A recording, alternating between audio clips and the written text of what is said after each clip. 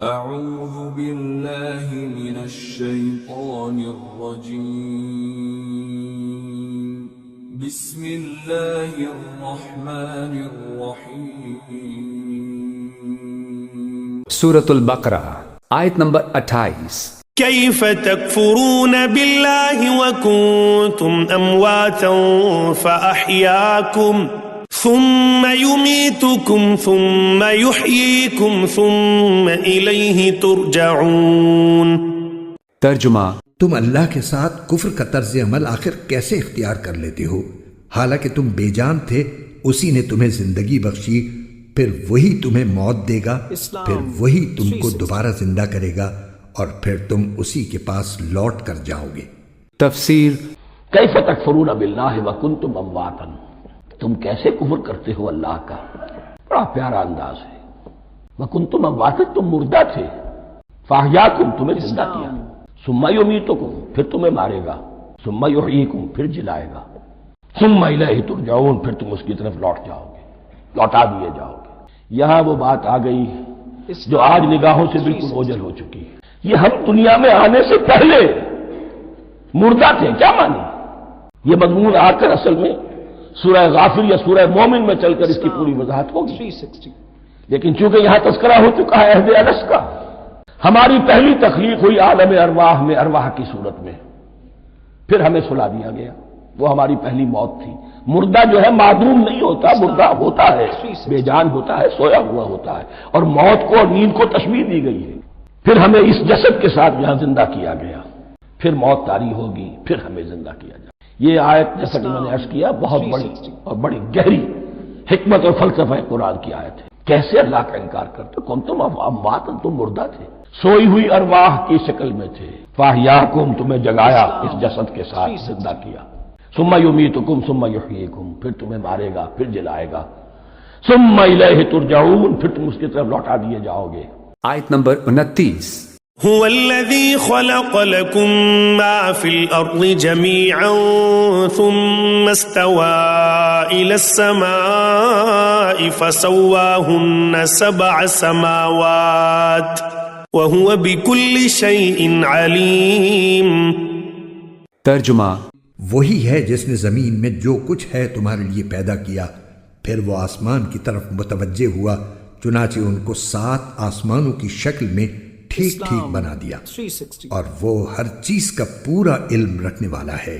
تفسیر: انسان کو توجہ دلائی جا رہی ہے کہ وہ کائنات کی جتنی چیزوں سے فائدہ اٹھاتا ہے سب اللہ تعالیٰ کی عطا فرمائی ہوئی ہیں، ان میں سے ہر چیز اس کی توحید کی گواہی دے رہی ہے، اس کے باوجود اس کے ساتھ کفر کا رویہ اختیار کرنا کتنی بڑی ناشکری ہے۔ اسی آیت سے فقہا نے یہ اصول بھی مستنبط کیا ہے کہ دنیا کی ہر چیز اصل میں حلال ہے، اور جب تک کسی چیز کی حرمت پر کوئی دلیل نہ ہو اس وقت تک اس کو حلال ہی سمجھا جائے گا۔ آیت نمبر 30۔ وَإِذْ قَالَ رَبُّكَ لِلْمَلَائِكَةِ إِنِّي جَاعِلٌ فِي الْأَرْضِ خَلِيفَةً قَالُوا أَتَجْعَلُ فِيهَا مَن يُفْسِدُ فِيهَا وَيَسْفِكُ الدِّمَاءَ وَنَحْنُ نُسَبِّحُ بِحَمْدِكَ وَنُقَدِّسُ لَكَ قَالَ إِنِّي أَعْلَمُ مَا لَا تَعْلَمُونَ۔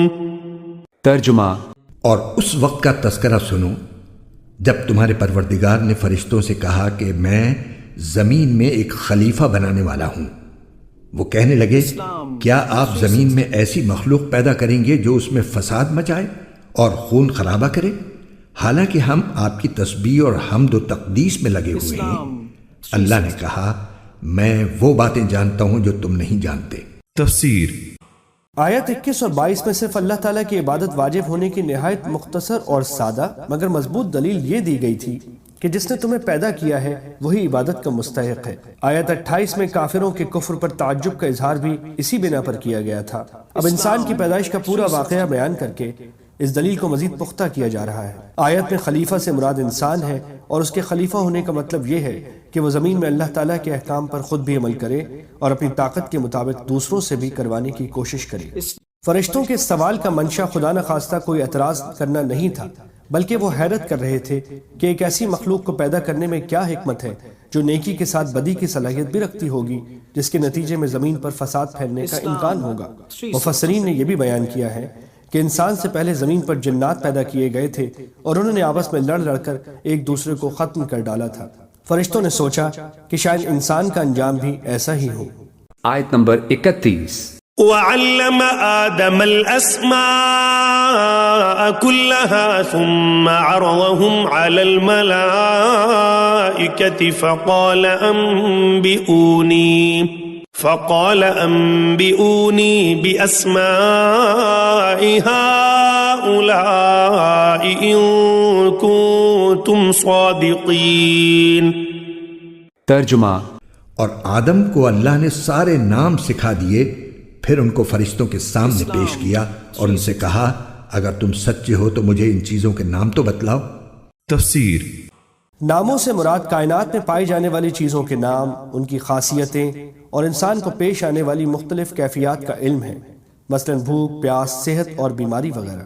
اگرچہ آدم علیہ السلام کو ان چیزوں کی تعلیم دیتے وقت فرشتے بھی موجود تھے، لیکن چونکہ ان کی فطرت میں ان چیزوں کی پوری سمجھ نہیں تھی، اس لیے جب ان کا امتحان لیا گیا تو وہ جواب نہیں دے سکے، اور اس طرح اللہ تعالیٰ نے عملی طور پر انہیں باور کرا دیا کہ جو کام اس نئی مخلوق سے لینا مقصود ہے وہ فرشتے انجام نہیں دے سکتے۔